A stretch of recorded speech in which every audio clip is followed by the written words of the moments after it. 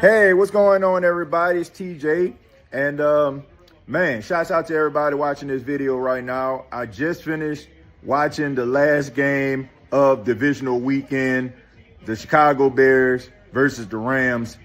And I got to say, my goodness, what an amazing football game we all just watched. As a matter of fact, I'll go a little deeper. I think this may be the best playoffs I've ever watched or witnessed in my entire life. And I've been around for quite a minute. I mean, it has been exciting. I mean, you had a few sleeper, snoozer games, if you will. But for the most part, they have been extremely competitive, been down to the wire. And I know that's what a lot of fans want, unless you have an emotional investment in these teams. You know, this Chicago Bears-Rams game was exciting.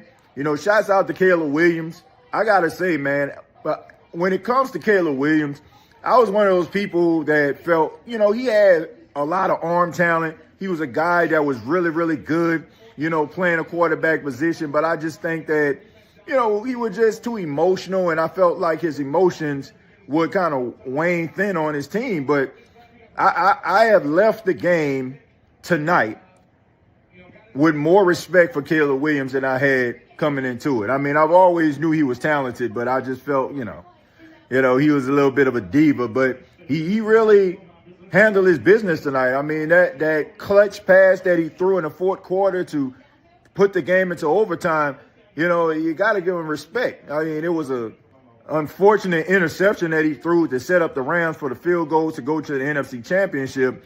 But both teams, they really wanted this football game. And, you know, like I said, this playoffs has been exciting. The game before that was the Patriots versus the Texans. All I got to say about that Texans game is DeMeco Ryans basically cost his team the game, as well as C.J. Stroud.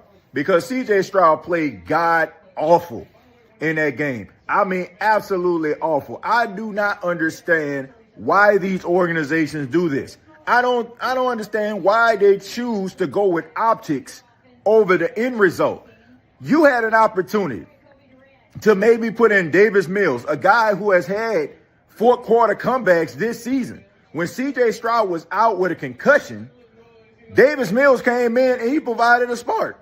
And I just don't understand why they decided to go with C.J. Stroud the entire game. And in my opinion, that was the reason why they lost the game. Because that defense played inspired as hell. But, you know, you're only human. When you're watching your offense go out there and wet the bed and make mistake after mistake after mistake, and you as a defense feel like you have to be flawless in order for you to win the football game. And they could not put forth that type of effort, especially since they were on short fields and the offense really didn't do anything. So that left the defense out there for a hell of an amount of time, and that was the reason why they ended up losing the game. But I just think that these organizations need to chill out when it comes to how things may be perceived. If C.J. Stroud isn't giving you what you need in the game, go with the backup quarterback. I don't understand why we feel like that got to be an indicator of a quarterback when it comes to them being a franchise guy. I've seen it in years past. I've seen some of the best quarterbacks in the game get benched in a playoff situation, but it didn't hurt them at all. As a matter of fact, it kind of gave them the confidence and, you know, the belief to go back to the drawing board and become a better version of themselves. So when this opportunity presents itself again, they go out there and perform. Unfreaking believable that we just continue to act as if we're not seeing what we're actually seeing. C.J. Stroud cost his team the game on today. But all in all, I mean, the entire weekend, for the exception of that Seattle 49ers game, was exciting. Unfortunate news for the Denver Broncos. Of course, we know Bo Nix has a fractured foot, has to get surgery, out for the season. In comes Jarrett Stidham. He's going to start in the AFC Championship game versus the New England Patriots. Should be interesting to see if Jarrett Stidham, along with Sean Payton, can put together something for the offense to be able to move the football against a very talented Patriots defense. And also, you have yourself an NFC West, NFC Championship game. Good luck to the Rams, trying to be able to stop that buzzsaw that is the Seattle Seahawks. But it's going to be an exciting championship weekend. I think that both games are going to be exciting despite what Denver is going through. And you also have the NFC West teams, the Rams and the Seahawks, that are very familiar with each other. And you know that they're going to put forth their best effort in order for them to try to get themselves to the Super Bowl. But I'm loving every minute of this, man. You got to love what you're seeing in these playoffs. Once again, one of the most exciting playoffs I think I ever seen in my entire life. But what do you all think about the playoffs? What do you think about some of the decisions that these teams made? I forgot to mention the Bills. I feel bad for Josh Allen. I feel bad for him. I got to mention this.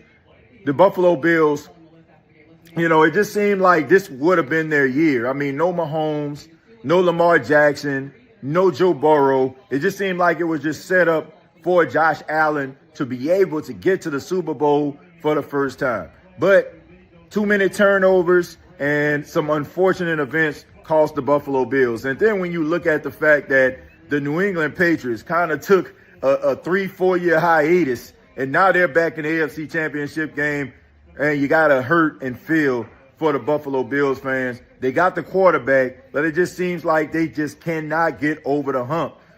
The Buffalo Bills, they got to figure some things out this offseason. The most important thing they need to figure out is how can they get Josh Allen a number one receiver? I mean, even though you had guys like Shavers and Gabe Davis out for the season, those aren't number one guys. It seemed like Keon Coleman, they drafted him in the second round a few years ago. Don't seem like he's that number one guy. And you got Brandon Cooks and, a couple more guys that have been role players the entire career. They need to get themselves that number one guy. In my opinion, there's a guy out in Philadelphia that's not very happy, that wants to be targeted quite a bit, and his name is A.J. Brown. If I'm the Buffalo Bills, I may be calling up Philly to see what it would take to bring A.J. Brown to Buffalo, or drafting somebody that can be that go-to guy for Josh Allen, because the fact that they couldn't get that number one guy, or he didn't have that number one guy, despite the fact he turned the ball over, they still had a chance. If you had yourself a number one guy that can get open, that can catch those contested catches, I think that Buffalo would have did enough. And it hurts even worse that you're seeing that the Denver Broncos lost their starting quarterback, and now they got to go into the AFC Championship game with a backup quarterback. So I know that got to sting even more. But once again, I would love to know what you all think about the AFC NFC playoffs. Has this been the most exciting playoffs you ever seen? I would love to hear from you. Once again, my name is TJ Jones. You can follow me on X at TJAYJones8. And please subscribe to the State of the Saints and the State of the NFL channel. Till next time, I'll see you.